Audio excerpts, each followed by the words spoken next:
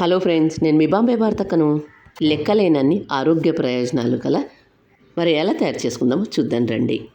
ఇలా చేసుకున్న ఈ ఉలవల పొడిని వేడివేడి అన్నంలో నెయ్యి వేసుకొని కలుపుకొని తింటే ఎంతో రుచిగా ఉంటుంది. కొలెస్ట్రాల్ను తగ్గించడంలో, జీర్ణక్రియను మెరుగుపరచుకోవాలన్నా, డయాబెటీస్ కంట్రోల్లో ఉండాలన్నా ఇలా చేసుకొని తినండి. షుగర్ కంట్రోల్ ఉండాలి అంటే రోజు 1 టేబుల్ స్పూన్ వేడివేడి అన్నంలో నెయ్యి వేసుకొని కలుపుకొని తినండి. షుగర్ కంట్రోల్లో ఉంటుంది. 1 కప్పు ఉలువలు, 5-6 ఎండుమిర్చి లేదా మీరు తినే కారాన్ని బట్టి వేసుకోండి.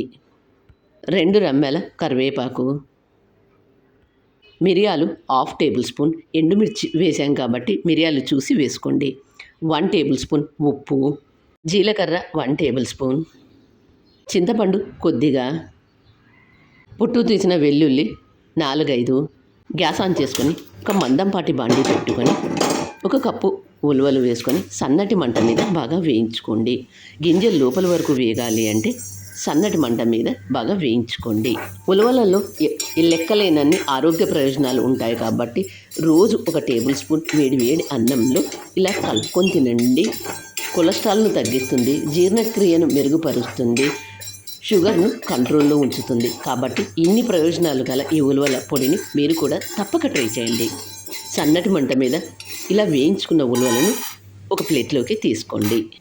గ్యాస్ మీద మరొక బాండీ పెట్టుకొని అందులో 1 టేబుల్ స్పూన్ ఆయిల్ వేసుకొని ఎండుమిర్చి వేసుకొని వేయించుకోండి.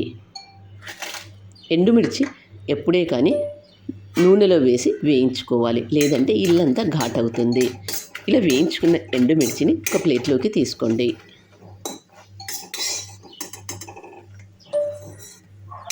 అదే బాండీలో 2 రెమ్మల కరివేపాకు వేసుకొని క్రిస్పీగా అయ్యేంత వరకు వేయించుకోండి.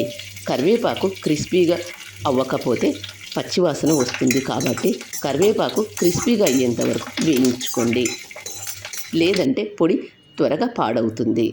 ఇందులో 1 టేబుల్ స్పూన్ జీలకర్ర,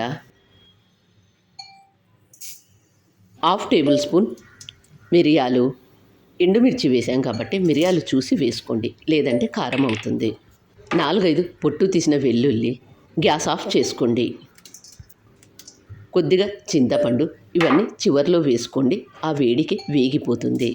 ఇలా వేయించుకున్న వీటిని ఒక ప్లేట్లోకి తీసుకోండి. ఒక మిక్సీ జార్ తీసుకొని అందులో ముందుగా వేయించుకున్న ఉలవలను పూర్తిగా చల్లారిన తర్వాత మాత్రమే మిక్సీ జార్లో వేసుకొని వేయించుకున్న ఎండుమిర్చిని కూడా వేసుకొని మెత్తగా మిక్సీ చేసుకోండి.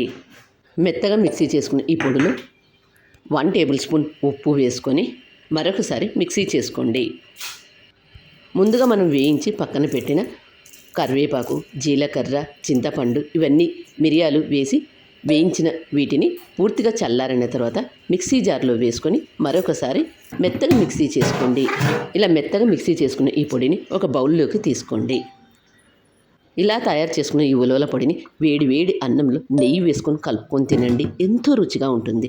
మరి మీరు కూడా ఈ ఉలవల పొడిని తప్పక ట్రై చేయండి. లెక్కలేనన్ని ఆరోగ్య ప్రయోజనాలు ఉన్నాయి కాబట్టి ఈ పొడిని మీరు కూడా తప్పక ట్రై చేయండి. మీకు ఎలా వచ్చిందనేది కామెంట్ రూపంలో తెలియజేయండి.